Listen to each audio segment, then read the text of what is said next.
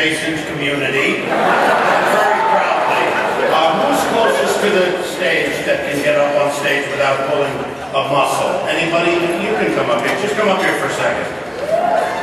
And the reason look what it says on, look, you're very good, Jason. Oh, yes, I'm as adjacent as I can get. What does it say on this teleprompter? Insert remarks. Insert remarks, that's it. That's it. There's no point to these teleprompters. It just says, Rob, insert remarks. And that's all I'm inserting, I can tell you that right now.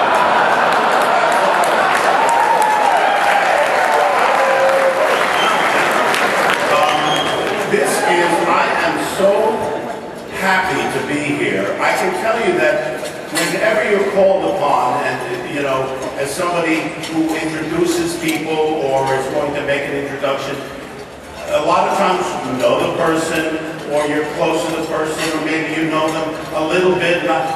This is the greatest pleasure because I am actually introducing somebody who I really love. I love him like a son. I've known him since he was 19 years old. He ran our early childhood foundation for many years. When Chad Griffin was working in the White House in the Clinton administration, he was working for D.D. Myers. He was 19 years old, and he was assigned to me to show me around the White House when I was making the American president. And you were talking him being 19 or the American, no, and I was, at that time, I was completely blown away by the fact that here was a 19-year-old kid from Hope, Arkansas, where the president was from, got a yay from Hope, Arkansas. It must be empty down there tonight. I couldn't believe how impressed I was that this 19-year-old kid was so smart and so articulate and brilliant, and we became very good friends. And then when it was time to start my early childhood foundation, I asked him, he was at that time, he had just graduated Georgetown, and he was interviewing for a job with Madeleine Albright to be in the communications department of the State Department. And so I was basically competing with Madeleine Albright for Chad's services.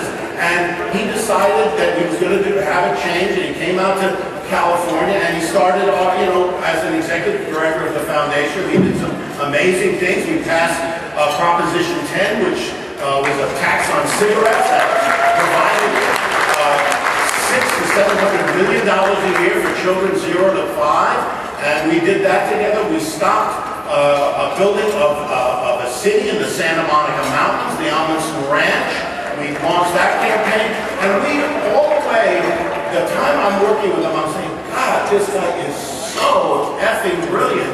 And we think exactly along the same lines, and it was one of the weirdest things is, this is the spooky part of our relationship. Our handwriting is exactly the same. It's really strange. There was a note he wrote to me, and I looked at it, and I thought, what is this note?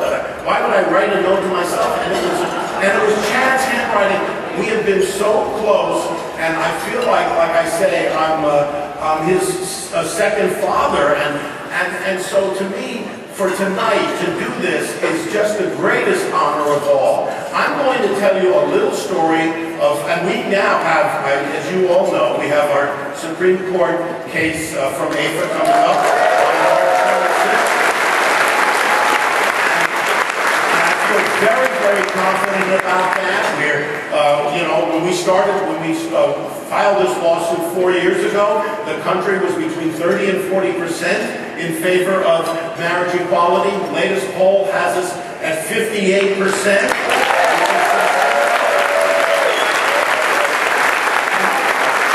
Chad was just telling me that of people 30 years and under, we're at 81%.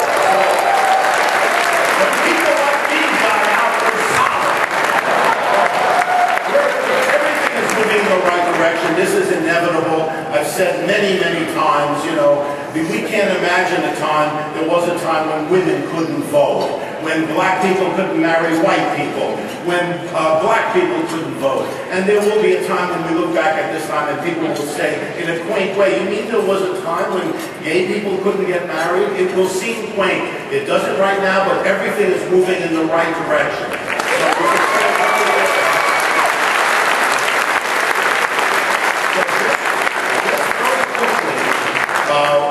Proposition 8 had just passed, and we were feeling, this is 4 years ago, we were feeling very down about that. And I was sitting at the Beverly Hills Hotel with Chad Griffin, Christina Shockey, who's now the head of communication for Michelle Obama, my wife Michelle, and we were wondering, what can we do? What's the next step? How do we move this issue forward? We talked about another initiative, and then we talked about a lawsuit, and we really didn't know. We were just kind of brainstorming about what to do. A friend of Michelle's came by the table and talked to us for a while. Some of you know the story, but it bears repeating, and for those who don't know it, it's pretty amazing.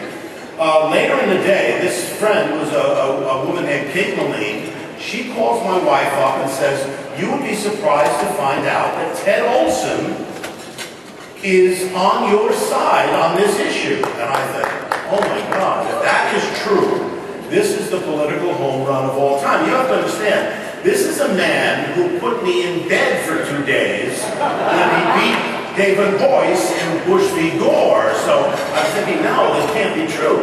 Chad went to New York, spent some time with Ted. They came back to L.A. I met with Ted. I looked him in the eye, and he was talking about this issue in the most passionate way and saying, you don't understand, this is a very conservative issue.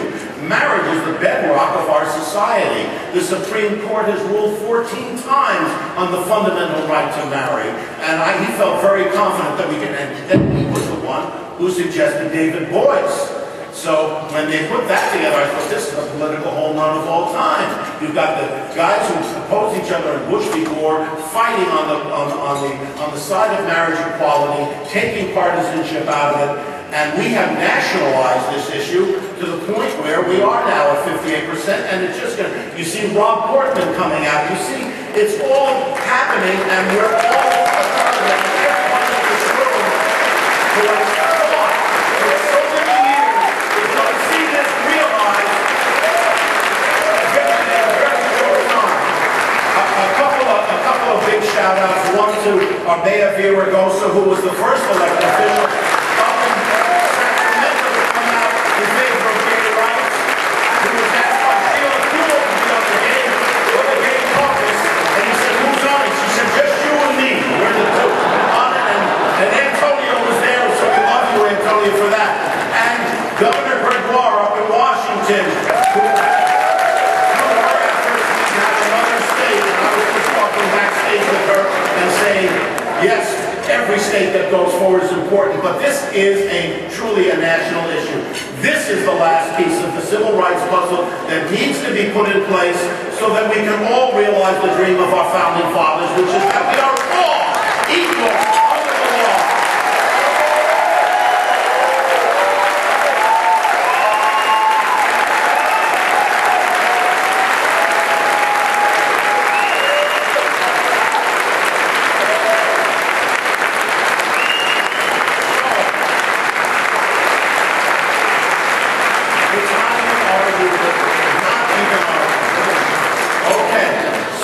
Before I bring out Chad, we're all going to take a look at Chad and the HRC and what the team has done over the last few months. We have a little video.